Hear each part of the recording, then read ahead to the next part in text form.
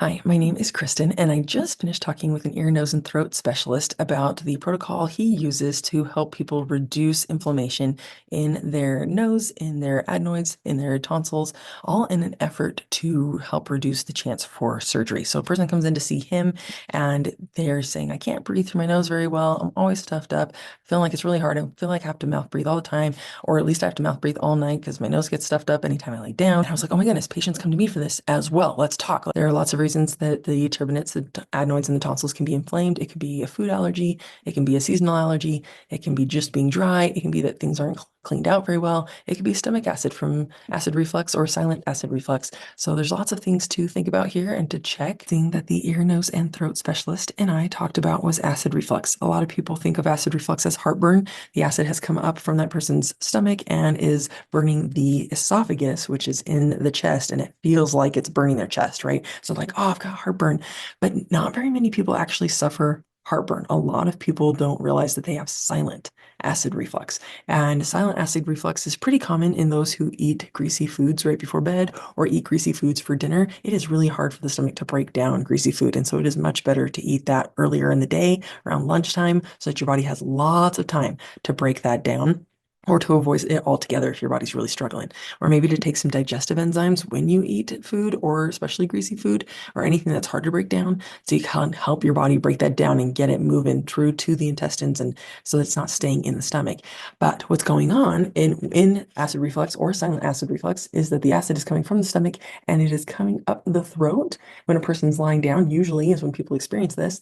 And so it's coming up the throat while they're sleeping, and it's burning the tonsils, which is going to be about here. It can be burning the uvula. It can burn the adenoids, which we can't see because they're right behind the nose. It can even get up into the turbinates. And if a person is constantly getting just a little bit of acid up that area, a little bit each night, then they're going to constantly have inflammation in this area. It's going to be constantly hard for them to breathe. Their throat is going to be more inflamed, which means it's going to be swollen. The turbinates are going to be more inflamed, so they're going to be swollen. Tonsils and adenoids, all that stuff. Anytime anything's inflamed in the body, it's usually a little swollen or a lot swollen. And so an ear, nose, and throat specialist is often going to recommend nasal rinses or nasal sprays or something like that to help clear that area out.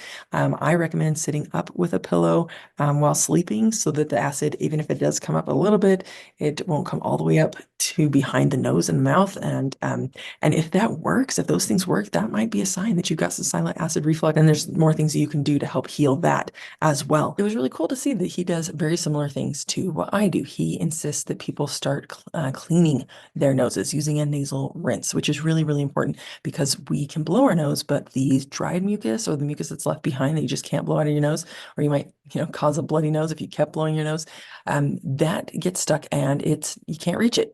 Right? You can't reach it with a tissue. And so it is super important to rinse the nose. Now, there's a few ways to do that. There's the neti pot, there's like a squeeze bottle, it's kind of a manual squeeze bottle, and there's the nasal, like Navage type thing. It's a battery operated nasal cleaning appliance that can just shoot water right up your nose, which is not my favorite, but the ear, nose, and throat specialist does. And what I do, which I think is so great, is that he recommends that people clean out their nose by rinsing their nose. You can clean your nose out, not just by blowing your nose, but by using a little squeeze bottle. This one's one of my favorites. The brand isn't necessarily my favorite, but this style is my favorite. And I'll tell you why. You got a neti pot and you're just pouring the saline solution in the nose. It's just going to go along the septum here, and then it's going to drain out the other side, but it might not really get around all the turbinates on the side here. And so you're just kind of cleaning along the septum here and then kind of cleaning along some of the turbinates as it comes back out and drains out the other side. And then you do the same thing here.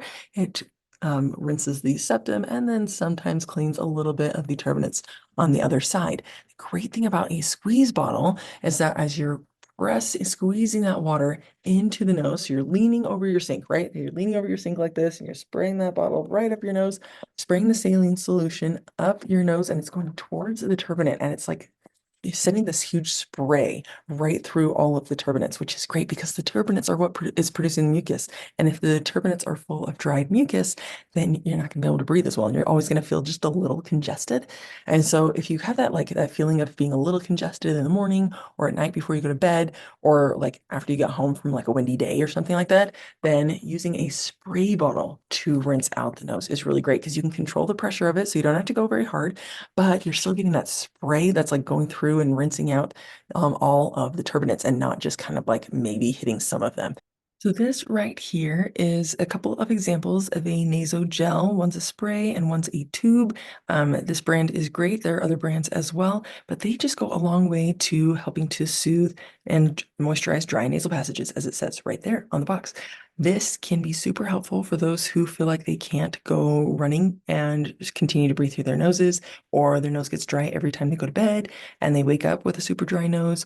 It's fantastic. And if the nose is dry, it's not supposed to be super dry. It's supposed to be clean. It's not supposed to be dry. And so if it's super dry, then that can be really irritating. That can lead to nosebleeds. That can lead to extra mucus buildup. Using a nasal gel can be really helpful to do before you exercise, to do before you fall asleep, or even in the morning before you go and leave the house, so that it's helping to catch more of the pollution or allergens or whatever else is going on outside. And that can help reduce dryness, and dryness is part of what can cause inflammation. There's lots of things that can cause inflammation, but if even if your skin is too dry, it starts to crack, it starts to get irritated, especially inside the nose or inside the mouth. If that's too dry, it's going to really irritate the skin inside.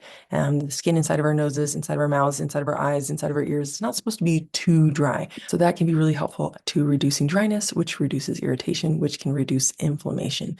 There are lots of reasons that the turbinates, the adenoids, and the tonsils can be inflamed. It could be a food allergy. It can be a seasonal allergy. It can be just being dry. It can be that things aren't cleaned out very well. It could be stomach acid from acid reflux or silent acid reflux. So there's lots of things to think about here and to check that you can even check on your own.